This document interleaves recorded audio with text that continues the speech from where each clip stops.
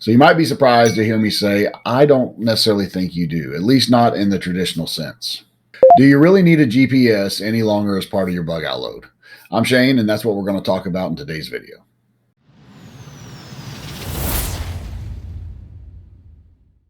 Now, before I dive into this, I want to be straightforward with you. I'm relatively early or young in my thought process on this, so it is possible that I'm overlooking something.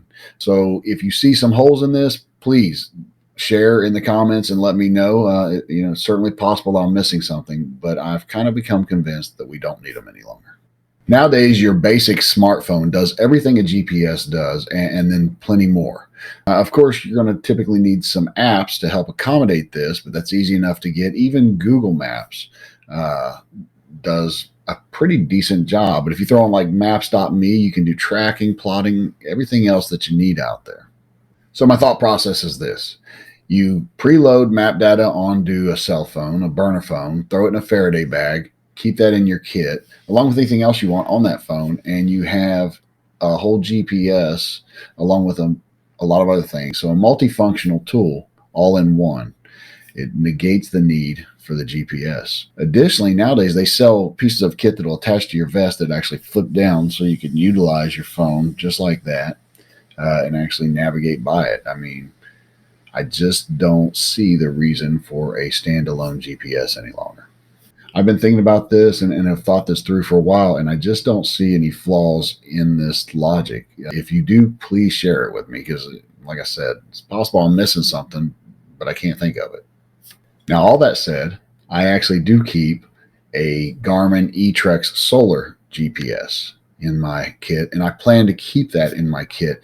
And here's my thing on that. So the problem is not the GPS. The problem is power, and that's a problem you have with a GPS or a phone. We have to get power in the potential grid down situation.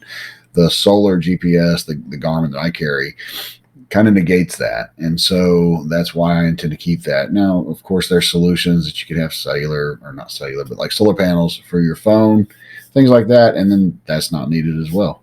So once again, things to consider, and as long as you get in your mind thinking that way, you can kind of carve your path. But at the base of this argument, I do believe that the phone kind of negates the need for a GPS. Finally, though I haven't mentioned it here, you should absolutely carry a good topographical map as well in your kit. GPS are great, but you want that paper backup, in my opinion.